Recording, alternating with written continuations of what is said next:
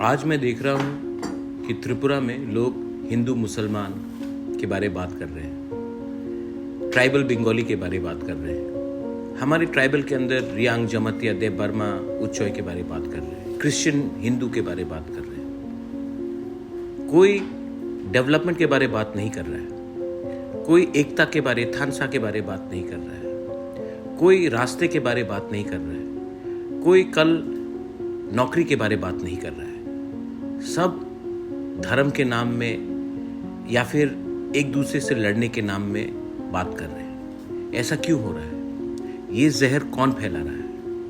मैं आपको बोलना चाहता हूँ और अपने तिपरा मोथा के वॉरियर्स को बोलना चाहता हूँ, आप हिंदू हो, मुसलमान हो, क्रिश्चियन हो, मैंने ये पार्टी किसी के बी टीम होने के लिए नहीं बनाया था। हमारा आइडियोलॉजी हमारा खुद का आइडियोलॉजी है और हम लोग अपने लोगों के साथ हैं, अपने अधिकार के साथ हैं, अपने संवैधानिक कॉन्स्टिट्यूशनल राइट्स के साथ हैं। हमने अपना एक पॉइंट भी गिव अप नहीं किया है और ना गिव अप करेंगे।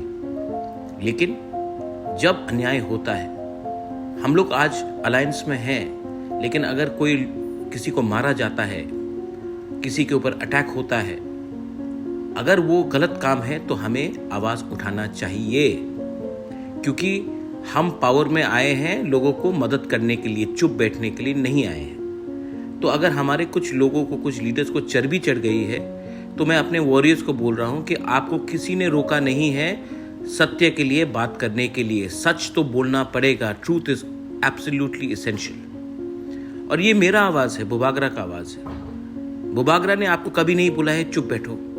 बुबागरा ने हमेशा कहा है कि सच के लिए बात करो, अन्याय के खिलाफ आवाज़ उठाओ। तो मैं आप सबको बोल रहा हूं, एक रहिए, सबसे बात कीजिए और अपने आप को आइडियोलॉजिकली और पॉलिटिकली अलाइव रखिए। आपको अलग बन के ही काम करना है। आपको चुप बैठने के लिए मैंने ये पार्टी नहीं बनाई। तो जब करप्शन होता है, आवाज़ उठाइए। जब किसी के खिलाफ अन्याय होता है, कोई गरीब को मारा जाता है, अन्याय उठाइए। जब पुलिस स्टेशन में किसी को मारा जाता है, बात उठाइए। जब किसी का मस्जिद, मंदिर या चर्च को जलाया जाता है, आवाज़ उठाइए। शांत से उठाइए, लेकिन आवाज़ उठाइए, क्योंकि एक दिन ऐसा समय भी आ सकता है जब आप चुप रहेंगे और सब आपसे जवाब पूछेंगे कि जब आप थे तो आपने उस समय आवाज़ क्यों नहीं उठाया। जो मैं बोल रहा हूँ इसको आपको समझना चाहिए, इसमें आपको विचार करना चाहिए। मैं ये ऑडियो मैसेज भेज रहा हूँ क्योंकि मैं चाहता हूँ कि त्रिपुरा में शांति रहे, डेवलपमेंट हो और हम सब हिंदू, बंगाली, मुसलमान, क्रिश्चियन, बुद्धिस्ट सब एक संग रहे। लेकिन ऐसा नहीं हो रहा है, कुछ लोग जहर फैलाने की कोशिश कर रहे हैं। ये समय है, आपको सत्य के संग रहना है और चुप बैठने से कुछ नहीं होगा।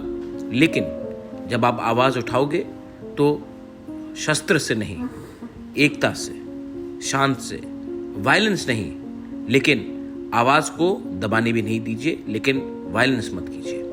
बस यही मेरा मैसेज है। जो मैं बोल रहा हूँ, विचार कीजिए।